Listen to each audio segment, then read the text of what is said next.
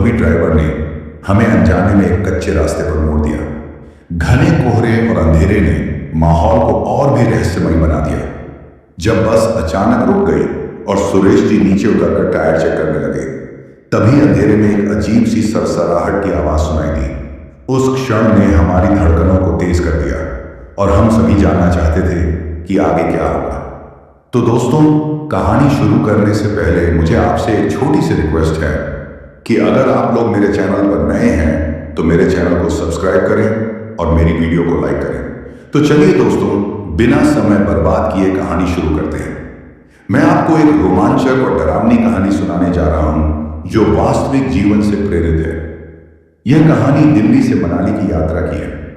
मैंने यह सफर तब शुरू किया जब मैं अपनी दोस्त प्रिया और उसके भाई करण के साथ रात के 11 बजे दिल्ली से मनाली की बस पकड़ने के लिए कश्मीरी गेट बस अड्डे पर पहुंचा। ठंडी हवा चल रही थी और स्टेशन पर अलग अलग आवाजें गूंज रही थी। हम बस का इंतजार कर रहे थे जब अचानक ड्राइवर सुरेश जी बस के साथ हमारी ओर बढ़ते हुए दिखाई दिए। वो करीब 45 साल के शांत स्वभाव के आदमी लग रहे थे। उनके चेहरे पर हल्की थकान थी, लेकिन उनकी मुस्कान यात्रियों को आश्वस्त करने के लिए काफी थी। बस चलते ही हम सब काफी उत्साहित थे। प्रिया खिड़की के पास बैठी थी और करण मोबाइल पर गाने सुन रहा था। रास्ते में हाईवे की चकाचौंध और ट्रकों की कतारों के बीच बस तेज गति से आगे बढ़ रही थी। सुरेश जी का अनुभव साफ झलक रहा था क्योंकि वो हर मोड़ को आराम से काट रहे थे। हमने उनसे बातचीत शुरू की तो पता चला कि वो पिछले 20 सालों से इस रूट पर बस चला रहे हैं। रात के करीब 2 बज रहे थे। हम हरियाणा को पार करके हिमाचल प्रदेश की सीमा में दाखिल हो चुके थे। तभी अचानक घना कोहरा छाने लगा। सुरेश जी ने वाइपर चलाया और हेडलाइट्स तेज कर दी, लेकिन कोहरा इतना घना था कि आगे कुछ भी नहीं दिखाई दे रहा था। बस के अंदर एक अजीब सी खामोशी छा गई। यात्रियों की हंसी मजाक की आवाजें भी थम चुकी थी। थोड़ी देर बाद सुरेश जी ने गाड़ी धीमी कर दी और कहा, शायद हमें थोड़ी देर रुक जाना चाहिए। ये कोहरा कम होगा तभी आगे बढ़ पाएंगे। हमने सहमति जताई, लेकिन तभी एक मोड़ पर बस के सामने एक कच्चा रास्ता दिखाई दिया। सुरेश जी ने बस उस रास्ते पर मोड़ दी, ये सोचते हुए कि ये कोई शॉर्टकट होगा। रास्ता संकरा और अजनबी था। दोनों तरफ ऊंचे पेड़ और घास से ढकी जमीन थी। बस के अंदर सब चुप थे। करण ने घबरा कर पूछा, भैया ये रास्ता ठीक है ना? सुरेश जी ने बस इतना कहा, हाँ बेटा, मैं जानता हूं कि यह कहां जाता है। मगर उनकी आवाज में भी हल्की झिझक साफ महसूस हो रही थी। रात के करीब 3 बज चुके थे। ठंड अब और बढ़ चुकी थी। चारों तरफ घना अंधेरा था और बस की हेडलाइट्स भी अब कमजोर पड़ने लगी थी। तभी अचानक बस एक झटके के साथ रुक गई। सुरेश जी ने ब्रेक मारते हुए कहा, शायद टायर में कुछ फंस गया है, मैं नीचे उतर कर देखता हूं। सुरेश जी नीचे उतरे और हम सब खिड़की से उन्हें देखने लगे। वो टॉर्च लेकर टायर की तरफ झुके हुए थे। अचानक टॉर्च की रोशनी बंद हो गई और अंधेरा छा गया। प्रिया ने मेरे हाथ को कसकर पकड़ लिया। तभी बस के अंदर एक अजीब सी सरसराहट की आवाज सुनाई दी। मैंने खिड़की से बाहर झांका। सुरेश जी अब भी बस के पास खड़े थे, लेकिन उनकी टॉर्च बंद हो चुकी थी। उनकी परछाई धुंध में घुलती जा रही थी। प्रिया की सांसें तेज हो गई। उसने धीरे से कहा, यह जगह अजीब नहीं लग रही क्या? मैंने उसकी बात को हल्के में टालने की कोशिश की। बस कोहरा ज्यादा है, सब ठीक हो जाएगा। लेकिन दिल में कहीं एक अनजानी घबराहट घर कर रही थी। करण ने अपनी सीट पर बेचैनी से उछलते हुए कहा, मैं नीचे जाकर देखता हूं सुरेश अंकल को। मैंने उसे रोकने की कोशिश की, लेकिन वो जल्दबाजी में बस के दरवाजे से नीचे उतर गया। बाहर कड़क ठंड थी। मैंने भी प्रिया को अकेला छोड़ना सही नहीं समझा और उसके पीछे उतर गया। हमारी सांसें धुएं में घुलती जा रही थी। चारों तरफ घना अंधेरा था। सिर्फ पेड़ों की हल्की सरसराहट सुनाई दे रही थी। सुरेश अंकल, करण ने आवाज लगाई, लेकिन कोई जवाब नहीं आया। मैंने अपनी टॉर्च निकाली और रोशनी डाली, मगर वो भी किसी तरह ठीक से काम नहीं कर रही थी। ये टॉर्च भी बेवक्त धोखा दे रही है, मैंने खुद से कहा। थोड़ी दूर जाने पर सुरेश जी का धुंधला साया हमें दिखाई दिया। वो टायर के पास झुके हुए थे, लेकिन उनका सिर अजीब ढंग से नीचे झुका हुआ था, जैसे किसी चीज को गौर से देख रहे हो। सुरेश अंकल, मैंने उन्हें फिर पुकारा। इस बार भी कोई जवाब नहीं मिला। करण ने आगे बढ़कर उनके कंधे को छुआ। तभी सुरेश जी अचानक झटके से खड़े हो गए। उनकी आंखें चौड़ी थीं और वो किसी अनजान दिशा में घूर रहे थे। क्या हुआ अंकल? करण ने डरते हुए पूछा। सुरेश जी ने हमारी तरफ देखा, लेकिन उनकी आंखों में जो अजीब सी वीरानी थी उसने हमारे रोंगटे खड़े कर दिए। वो बुदबुदाए, यहां कोई नहीं आता, ये रास्ता ठीक नहीं है। मैंने उनकी बात को समझने की कोशिश की, लेकिन तभी बस के अंदर से चीखने की आवाज आई, प्रिया! हम तीनों भागते हुए बस की ओर बढ़े। दरवाजा खुला था, लेकिन अंदर का दृश्य देखकर हमारे पांव जड़ हो गए। सीटों के बीच अजीब सी छायाएं हिल रही थी। प्रिया सीट पर नहीं थी। प्रिया! मैंने पूरी ताकत से पुकारा, लेकिन कोई जवाब नहीं आया। करण की आवाज कांप रही थी, ये क्या हो रहा है भाई? मैंने खुद को संभाला और बस में दाखिल हुआ। चारों तरफ अजीब सी गंध फैली हुई थी, जैसे किसी ने कई दिनों से साफ सफाई न की हो। सीटों पर धूल की मोटी परत जमा हो चुकी थी, जो कुछ घंटे पहले बिल्कुल साफ थी। ये सब कैसे हुआ? करण फुसफुसाया। सुरेश जी बस के दरवाजे पर खड़े हमें घूर रहे थे। उनकी बुदबुदाहट अब और तेज हो गई थी। वो नहीं आने देंगे, कोई यहां से नहीं जाएगा। मैंने करण का हाथ पकड़कर कहा, हमें प्रिया को ढूंढना होगा, जल्दी करो। हमने पूरी बस छान मारी, लेकिन वो कहीं नहीं थी। तभी बस के पीछे का दरवाजा धीमे से चरमराया। हमने पलट कर देखा, दरवाजा हल्की हल्की आवाज के साथ अपने आप खुलता जा रहा था। मैं और करण बिना वक्त गंवाए उस खुलते दरवाजे की ओर बढ़े। सुरेश जी अब भी दरवाजे के पास खड़े थे। उनकी आंखें फटी हुई थी। उनकी बुदबुदाहट धीमी लेकिन लगातार जारी थी। मैं उनकी तरफ नहीं देख पा रहा था, बस एक ही ख्याल दिमाग में घूम रहा था, प्रिया कहां गई? दरवाजे के बाहर अंधेरा और घना कोहरा था। ठंड अब और तेज हो चुकी थी। बस के पीछे एक संकरा रास्ता दिखाई दे रहा था, जो पेड़ों के बीच कहीं गायब हो जाता था। करण ने धीरे से कहा, भाई, कहीं प्रिया उस रास्ते पर तो नहीं गई? उसकी आवाज में डर साफ झलक रहा था। मैंने बिना कुछ बोले कदम बढ़ा दिए। करण भी मेरे पीछे पीछे चलने लगा। हमारी सांसें तेज हो रही थी। रास्ता कच्चा और फिसलन भरा था। हर कदम पर घास और गीली मिट्टी पैरों से चिपक रही थी। कोहरे में हमें दूर दूर तक कुछ नहीं दिखाई दे रहा था। थोड़ी दूर चलने के बाद करण ने मेरा हाथ पकड़कर रुकने का इशारा किया। वो देखो, उसने कांपते हुए सामने इशारा किया। कोहरे के बीच हमें एक हल्की सी परछाई दिखाई दी। ऐसा लगा जैसे कोई पेड़ के पास खड़ा हो। मेरा दिल जोरों से धड़कने लगा। प्रिया! मैंने हिम्मत जुटाकर आवाज लगाई। परछाई हिली नहीं। करण ने फुसफुसाकर कहा, भाई, ये प्रिया नहीं हो सकती, कुछ गड़बड़ है। मैंने उसकी बात को नजरअंदाज किया और तेजी से उस तरफ बढ़ा। पास पहुंचते ही मेरी सांसें अटक गईं। वो प्रिया नहीं थी, वो एक टूटी हुई कुर्सी थी जिस पर धूल और गाय जमी हुई थी। करण ने चौंक कर कहा, ये यहां कैसे आई? जंगल में कुर्सी का क्या काम? मैं भी हैरान था। यह दृश्य अजीब था, जैसे किसी ने जानबूझकर इसे यहां रखा हो। हमें यहां से वापस जाना चाहिए। सुरेश अंकल सही कह रहे थे, करण ने घबराते हुए कहा, मगर मैं बिना प्रिया को ढूंढे वापस जाने के लिए तैयार नहीं था। तुम वापस जाओ करण, मैं प्रिया को लेकर आऊंगा, मैंने सख्ती से कहा। करण कुछ कहने ही वाला था कि अचानक एक जोरदार आवाज आई। ऐसा लगा जैसे कोई भारी चीज जमीन पर गिरी हो। आवाज सुनकर हमारी रगों में खून जम गया। आवाज उस दिशा से आई थी जहां बस खड़ी थी। चलो वापस चलते हैं। करण ने मेरा हाथ पकड़ लिया। मैंने हिचकिचाते हुए सहमति दी। हम दोनों जल्दी जल्दी वापस बस की ओर भागने लगे। रास्ते में हमें सुरेश जी कहीं नहीं दिखे। बस के पास पहुंचते ही मेरी आंखें फटी रह गई। बस का पिछला दरवाजा खुला हुआ था और अंदर की लाइट्स अब बंद हो चुकी थी। करण ने कांपती आवाज में कहा, यह कब हुआ? मैंने जल्दी से बस के अंदर झांका। अंदर सब कुछ उलट पुलट हो चुका था। सीटों के बीच सामान बिखरा हुआ था और खिड़कियों के शीशे टूट चुके थे। यह सब कैसे हुआ? करण ने हैरानी से कहा। तभी एक हल्की सी सिसकी सुनाई दी। आवाज बस के पिछले हिस्से से आ रही थी। मैंने करण को इशारा किया और हम धीरे धीरे उस तरफ बढ़े। सीटों के बीच से गुजरते हुए हमारी धड़कनें तेज हो रही थी। आवाज पास आती जा रही थी। मेरे पैर अचानक रुक गए। करण ने कांपती आवाज में कहा, भाई, ये आवाज। मैंने उसकी बात पूरी होने से पहले ही देखा।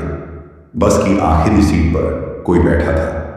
बस की आखिरी सीट पर हल्की रोशनी में एक परछाई सी दिखाई दे रही थी। मेरी आंखें उस दिशा में टिक गई। करण ने धीरे से मेरा हाथ पकड़ लिया। भाई ये कौन हो सकता है? उसकी आवाज थरथरा रही थी। मैंने खुद को संभाला और उस तरफ बढ़ा। कौन है वहां? मैंने आवाज लगाई, लेकिन कोई जवाब नहीं मिला। बस हल्की हल्की सिसकियों की आवाज आ रही थी। जब मैं पास पहुंचा तो देखा वो प्रिया थी। उसका चेहरा घुटनों में छिपा हुआ था और उसके कंधे लगातार कांप रहे थे। प्रिया! मैंने हड़बड़ाकर उसे झकझोरा। उसने धीरे से सिर उठाया। उसकी आंखें लाल थीं, जैसे वो बहुत देर से रो रही हो। क्या हुआ? तुम यहां कैसे पहुंची? मैंने जल्दी जल्दी सवाल किए। उसने कांपती आवाज में कहा, मैं तुम्हें ढूंढने निकली थी। तभी बस के बाहर कुछ अजीब सी आवाजें आने लगी। मैं डर गई और भागकर यहां छिप गई। करण ने गहरी सांस ली। तुम ठीक हो प्रिया? ये सब क्या हो रहा है? उसने चिंता से पूछा। प्रिया कुछ बोलने ही वाली थी कि अचानक बस के बाहर फिर से वही जोरदार आवाज गूंज उठी। ऐसा लगा जैसे कोई भारी चीज गिराई गई हो। हमने खिड़की से झांकने की कोशिश की, लेकिन घना कोहरा अब भी चारों तरफ फैला हुआ था। मुझे ये जगह बिल्कुल सही नहीं लग रही, करण ने घबराते हुए कहा। मैंने उसकी बात अनसुनी कर दी। हमें बाहर जाकर देखना होगा कि ये आवाज कहां से आ रही है, मैंने कहा। प्रिया ने मेरा हाथ कसकर पकड़ लिया। नहीं, मैं वहां नहीं जाऊंगी। मैंने उसे शांत करने की कोशिश की। हम तीनों साथ चलेंगे, सब ठीक हो जाएगा। मैंने भरोसा दिलाने की कोशिश की। करण अनमने मन से तैयार हो गया। हमने बस का दरवाजा खोला और बाहर निकल आए। कोहरा अब पहले से भी घना हो चुका था। ठंडी हवा हमारी हड्डियों तक चुभ रही थी। बस के पीछे की ओर एक भारी खरोंच का निशान दिखाई दे रहा था, जैसे किसी ने जानबूझकर बस की बॉडी पर कुछ घसीटा। ये किसने किया? करण की आवाज डर से भर गई थी। मैंने चारों तरफ नजर दौड़ाई, लेकिन कुछ नहीं दिखाई दिया। तभी प्रिया ने कांपते हुए कहा, वो देखो! उसने पेड़ों की ओर इशारा किया। एक धुंधली परछाई पेड़ों के बीच हिलती हुई दिखाई दी। वो धीरे धीरे हमारी तरफ बढ़ रही थी। करण ने घबराकर कहा, भाई भाग चलते हैं, ये ठीक नहीं है। लेकिन मेरे कदम जमे हुए थे। मैंने तय कर लिया था कि अब ये जानना जरूरी है कि आखिर यहां हो क्या रहा है। नहीं, हमें यह देखना होगा, मैंने सख्ती से कहा। प्रिया और करण मेरे पीछे पीछे चलने लगे। हम उस परछाई की ओर बढ़ते गए। जैसे जैसे हम पास पहुंचते गए, हमारी धड़कनें तेज होती जा रही थी। आवाज अब साफ सुनाई दे रही थी, मानो कोई धीमे धीमे बड़बड़ा रहा। यह कौन हो सकता है? करण ने कांपते हुए पूछा। मैंने उसकी बात का जवाब नहीं दिया। जैसे ही हम पेड़ों के पास पहुंचे, परछाई अचानक गायब हो गई। हम सबने एक दूसरे को देखा। करण के चेहरे पर पसीना साफ झलक रहा था, जबकि प्रिया अब भी खुद को काबू में रखने की कोशिश कर रही थी। यहां कोई था, प्रिया ने हकलाते हुए कहा। मैंने पेड़ों के बीच घुसकर चारों तरफ देखा। कोई नहीं था, बस ठंडी हवा की सरसराहट और दूर कहीं किसी जानवर की हल्की आवाज गूंज रही थी। करण ने मेरा हाथ पकड़ लिया। भाई, ये जगह हमें छोड़नी चाहिए। सुरेश अंकल भी गायब हैं और ये सब अजीब हो रहा है। मैंने उसकी बात पर ध्यान दिया, लेकिन मन में बेचैनी थी। सुरेश जी इतने अनुभवी ड्राइवर थे, वो अचानक कैसे गायब हो सकते थे? और ये बस के पीछे की खरोंच, ये परछाई, सब कुछ सामान्य नहीं था। हम वापस बस की तरफ बढ़ने लगे। मेरी नजर लगातार पेड़ों के बीच घूम रही थी, मानो कोई छिपकर हमें देख रहा। रास्ता बेहद सुनसान था। कोहरा हल्का होने लगा था, लेकिन माहौल में अजीब सी बेचैनी अब भी कायम थी। बस के पास पहुंचकर हमने देखा कि उसकी हेडलाइट्स फिर से जलने लगी थी, जबकि हमने लाइट्स बंद कर दी थी। करण ने परेशान होकर कहा, भाई ये बस खुद चालू कैसे हो गई? मैंने प्रिया को अंदर ले जाकर सीट पर बैठाया। करण भी वहीं आकर बैठ गया। मैंने ड्राइवर की सीट के पास जाकर बस को दोबारा चेक किया। इंजन चालू था, लेकिन सुरेश जी कहीं नहीं थे। उनकी सीट पर उनकी टोपी पड़ी हुई थी। भाई, हमें तुरंत यहां से निकलना चाहिए, करण ने घबराते हुए कहा। मैंने सोचा कि अब यही सही रहेगा। हमने बस चलाने की तैयारी की। मैं ड्राइविंग सीट पर बैठ गया और बस स्टार्ट कर दी। इंजन की गड़गड़ाहट ने माहौल की खामोशी तोड़ी। बस हाईवे की तरफ बढ़ने लगी। घड़ी रात के 4 बजा रही थी। सड़क अब खाली थी। चारों तरफ अंधेरा और वीरानी थी। प्रिया चुपचाप खिड़की के पास बैठी थी और करण मेरी बगल में आंखें बंद किए बैठा था। तभी अचानक बस के ब्रेक अपने आप लग गए। मैं चौंक गया। क्या हुआ? करण ने घबराकर पूछा। मैंने बस को दोबारा स्टार्ट करने की कोशिश की, लेकिन वो अब हिल भी नहीं रही थी। क्या फिर से टायर में कुछ फंस गया है? करण ने अंदाजा लगाया। मैंने बाहर जाकर चेक करने का फैसला किया। करण भी मेरे साथ आ गया। हमने टॉर्च लेकर टायर के पास देखा, लेकिन वहां कुछ भी नहीं था।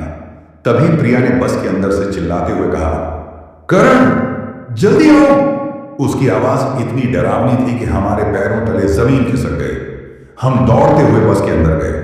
प्रिया सीट पर खड़ी थी, उसकी उंगली खिड़की की तरफ इशारा कर रही थी।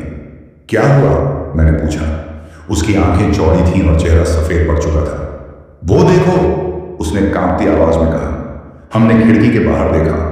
सड़क के किनारे एक सफेद साया खड़ा था। उसका चेहरा कोहरे में धुंधला था, लेकिन उसकी स्थिरता और अजीब मुद्रा ने हमारे रोंगटे खड़े कर दिए। हम तीनों बिना पलक झपकाए उस साय को देख रहे थे। सड़क सुनसान थी, कोहरा हल्का हो चुका था, लेकिन वो परछाई अपनी जगह से बिल्कुल नहीं हिली। ऐसा लग रहा था जैसे वो हमारी बस को घूर रही हो। करण ने कांपते हुए कहा, भाई ये इंसान नहीं हो सकता। मैंने करण की बात को अनसुना करते हुए खिड़की से ध्यान हटाया और बस स्टार्ट करने की कोशिश की। इंजन भड़बड़ाया, लेकिन चालू नहीं हुआ। मैंने घबरा कर दोबारा कोशिश की, पर बस ने हिलने से इनकार कर दिया। अब क्या करेंगे? प्रिया की आवाज कांप रही थी। करण ने कहा, भाई ये सब ठीक नहीं लग रहा, हमें बाहर नहीं जाना चाहिए। पता नहीं वो कौन है, लेकिन मैं नहीं रुक सकता था। मैंने फैसला किया कि अगर बस नहीं चली तो हमें पैदल ही आगे बढ़ना पड़ेगा। करण, तुम प्रिया के साथ बस में रहो, मैं बाहर जाकर देखता हूं, मैंने सख्ती से कहा। नहीं, प्रिया ने विरोध किया।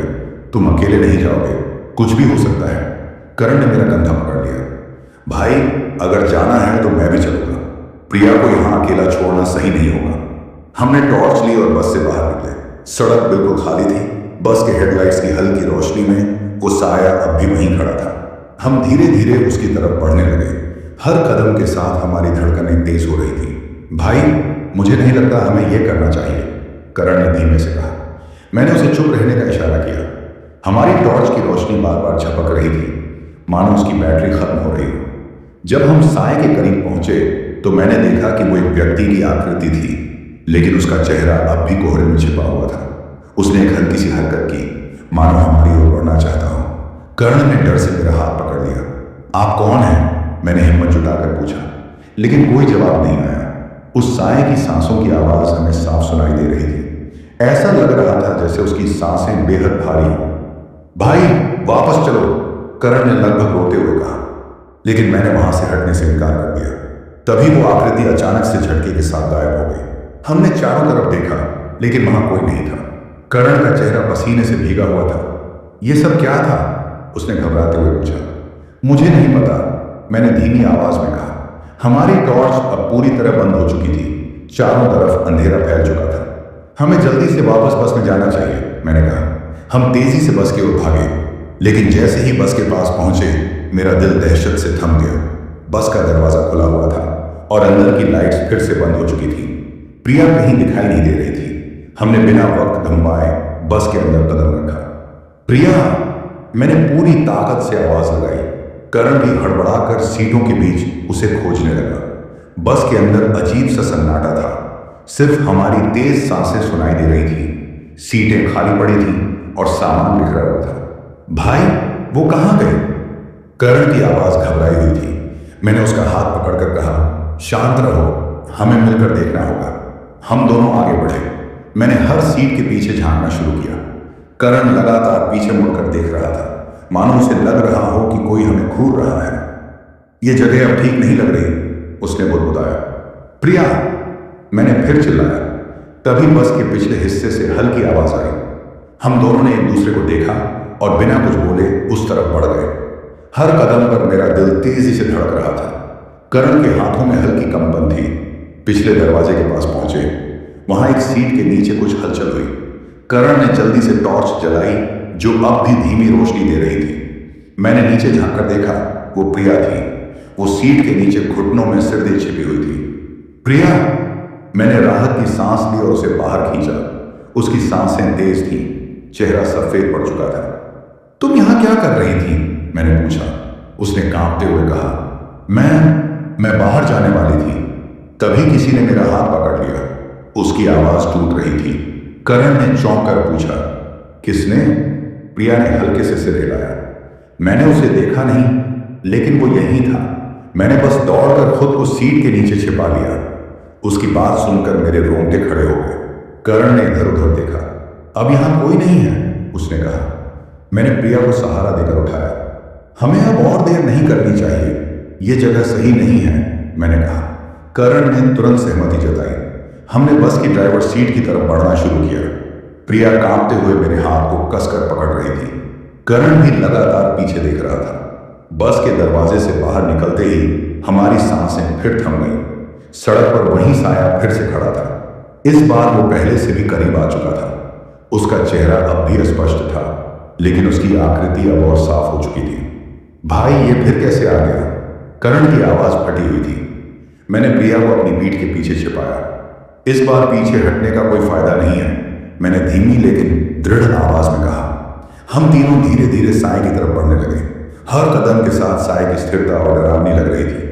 उसकी सांसें अब साफ सुनाई दे रही थी, जैसे वो हमारे बेहद करीब हो। हम उस साए की ओर बढ़ रहे थे। सन्नाटे में बस हमारे कदमों की आवाज गूंज रही थी। करण ने धीरे से कहा, भाई, ये सच में इंसान नहीं लग रहा। उसकी आवाज में डर साफ झलक रहा था। प्रिया ने कांपते हुए मेरा हाथ कसकर पकड़ लिया। हम क्यों इसकी तरफ जा रहे हैं? हमें भाग जाना चाहिए, उसने लगभग रोते हुए कहा।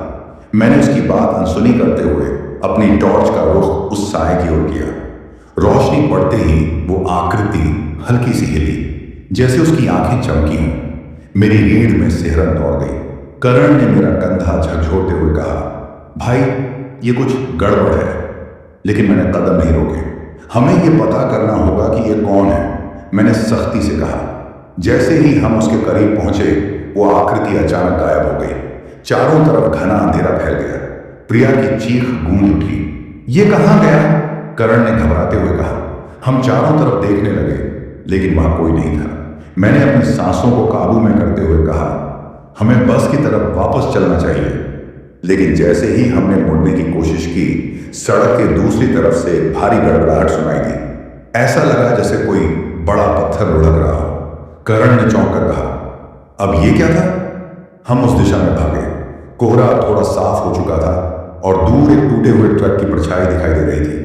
मैंने प्रिया से कहा, तुम यहीं रुको, मैं और करण जाकर देखते हैं। लेकिन उसने मेरे हाथ को कसकर पकड़ लिया। मैं अकेली नहीं रुकूंगी, करण ने भी सिर हिलाया। भाई, हम सब साथ रहेंगे। हम तीनों ट्रक की ओर बढ़े। ट्रक पूरी तरह पलट चुका था। उसके शीशे चकनाचूर थे। अंदर ड्राइवर सीट खाली थी। कोई भी नहीं है, करण ने हैरानी से कहा। तभी ट्रक के पीछे से हल्की सरसराहट की आवाज आई। मैंने इशारे से करण और प्रिया को शांत रहने के लिए कहा। हम धीरे धीरे ट्रक के पीछे झांकने लगे। वहां घनी झाड़ियों के बीच कुछ हिलता हुआ दिखाई दिया। करण ने फुसफुसाकर कहा, भाई, ये जगह सच में ठीक नहीं है, हमें तुरंत यहां से निकलना चाहिए। मैंने उसकी बात का जवाब नहीं दिया। ट्रक के पीछे जो हलचल हो रही थी वो लगातार बढ़ रही थी। मेरी टॉर्च की रोशनी अब भी कमजोर थी, लेकिन मैंने अपनी हिम्मत नहीं हारी। जैसे ही हमने झाड़ियों के पास कदम रखा, अचानक वहां से कुछ भागा। वो इतनी तेजी से हिला कि हम पहचान भी नहीं पाए कि वो क्या था। प्रिया की सांस तेज हो गई।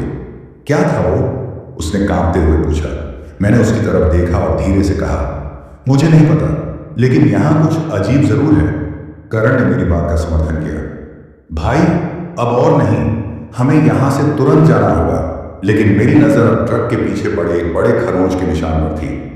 वो खरोंच इतनी गहरी थी मानो किसी भारी चीज ने ट्रक को घसीटा हो। हम तीनों अब ट्रक के आसपास खड़े थे। अजीब सी खामोशी माहौल में तैर रही थी। करण की सांसें तेज हो रही थी और प्रिया अब भी मेरा हाथ कसकर पकड़े हुए थी। मैंने खरोंच के निशान को गौर से देखा।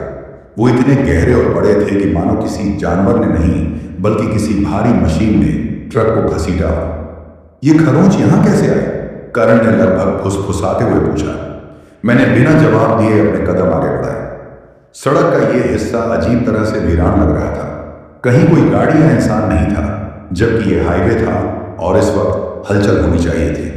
भाई, हमें बस की तरफ लौटना चाहिए, करण ने धीरे से कहा। उसकी आवाज में घबराहट साफ महसूस हो रही थी। थोड़ा और देख लेते हैं, मैंने कहा। प्रिया ने हल्के से विरोध किया। मैं यहां और नहीं रुक सकती, ये जगह मुझे बहुत अजीब लग रही है। मैं समझ सकता था कि वो डरी हुई थी, लेकिन कुछ ऐसा था जो मुझे वहां से जाने से रोक रहा था। ऐसा लग रहा था कि यह जगह कुछ छिपा रही है। हमने ट्रक के चारों ओर एक और चक्कर लगाया। तभी झाड़ियों के बीच हल्की सी सरसराहट हुई। करण ने फुसफुसाकर कहा, भाई, फिर से वही आवाज। हमने टॉर्च की रोशनी उस तरफ डाली, लेकिन कुछ साफ दिखाई नहीं दिया। कोई जानवर होगा, मैंने खुद को समझाने की कोशिश की। करण ने तुरंत जवाब दिया, जानवर इतनी भारी खरोंच नहीं छोड़ते भाई, ये कुछ और है। प्रिया ने एक झटके से मेरा हाथ छोड़ा। मैं बस की तरफ जा रही। तुम लोग आओ या नहीं, मैं यहां नहीं रहूंगी, उसने ठान लिया। मैंने उसकी घबराहट को महसूस किया। करण ने भी सहमति में सिर हिलाया। भाई चलो, ये जगह हमें निकल जाएगी, उसने लगभग विनती की। मैंने हार मान ली। ठीक है, चलो। हम तेजी से वापस बस की ओर बढ़ने लगे। कोहरा फिर से घना हो चुका था।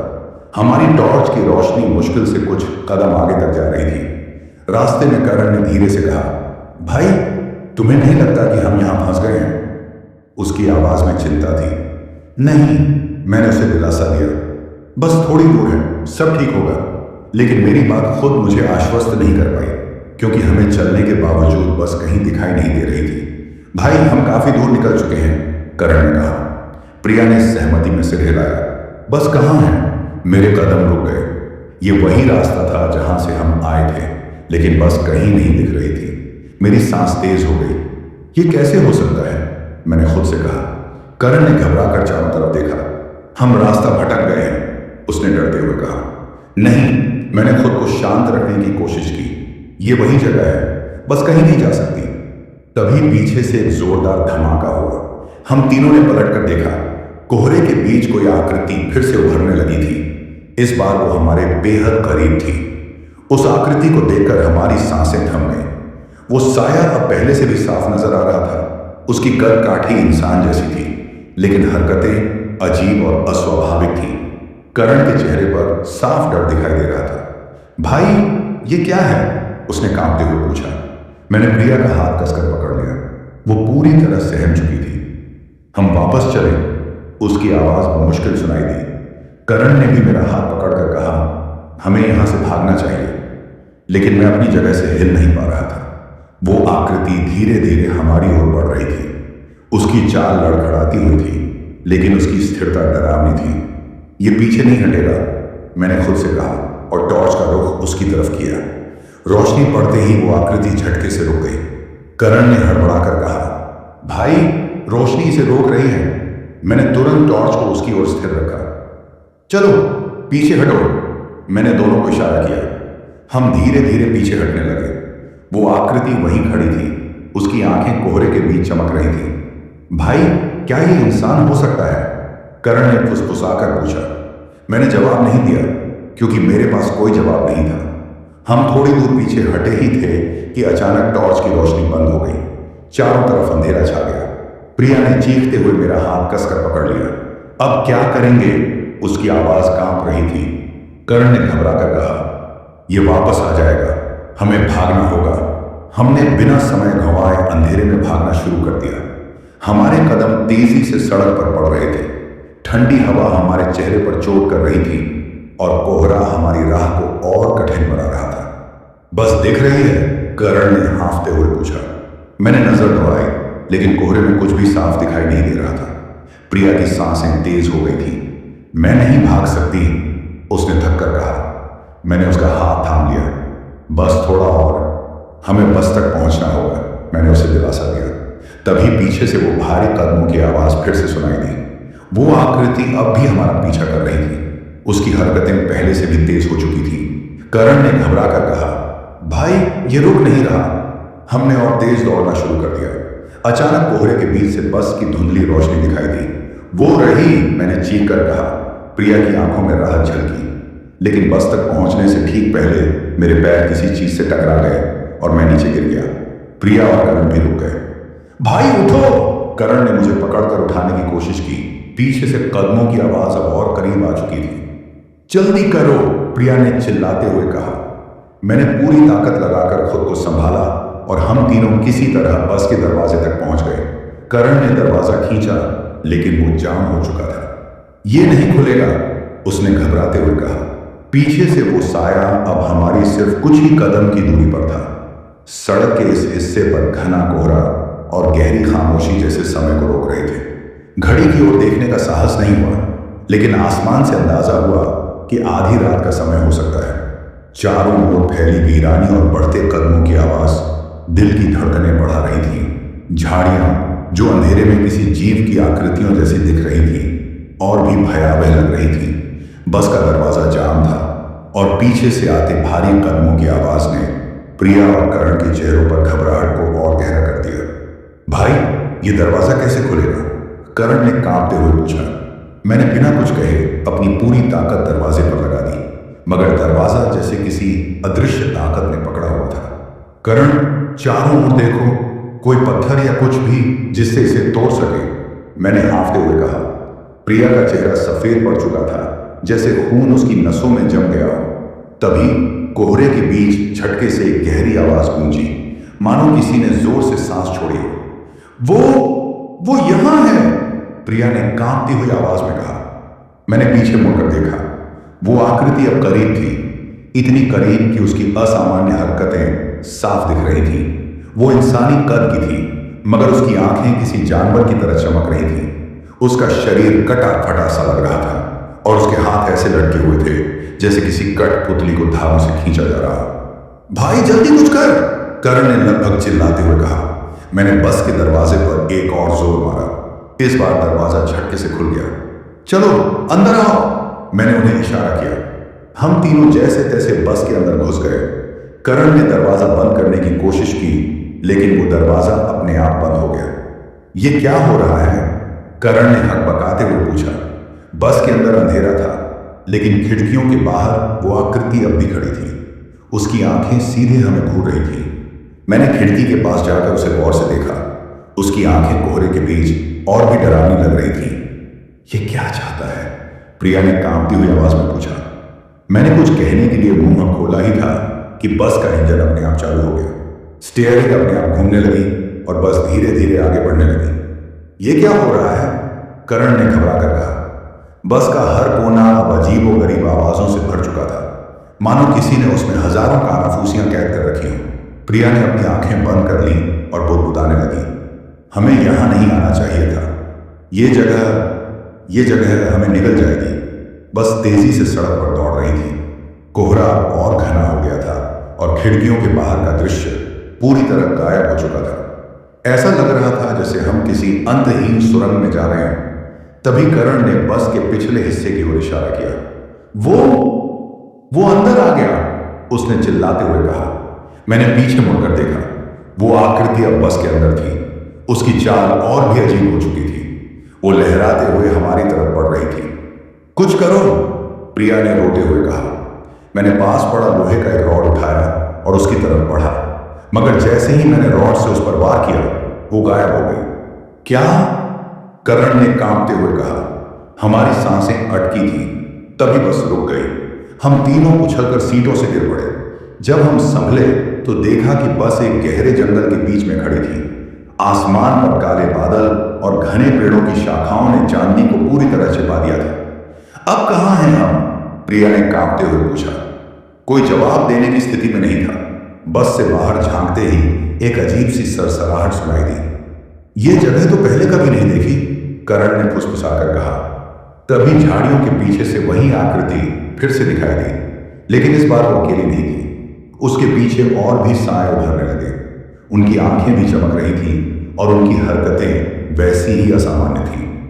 हमें वापस बस में जाना होगा, मैंने कहा। क्या फायदा? करण ने निराश होकर कहा। ये चीजें हमें कहीं भी नहीं छोड़ेंगी। आसमान में एक जोरदार गड़गड़ाहट हुई और बिजली की चमक में हमने देखा कि वो साए अब बस के और करीब आ चुके थे। बस के अंदर अजीब सी बेचैनी फैल चुकी थी। समय जैसे रुक गया था।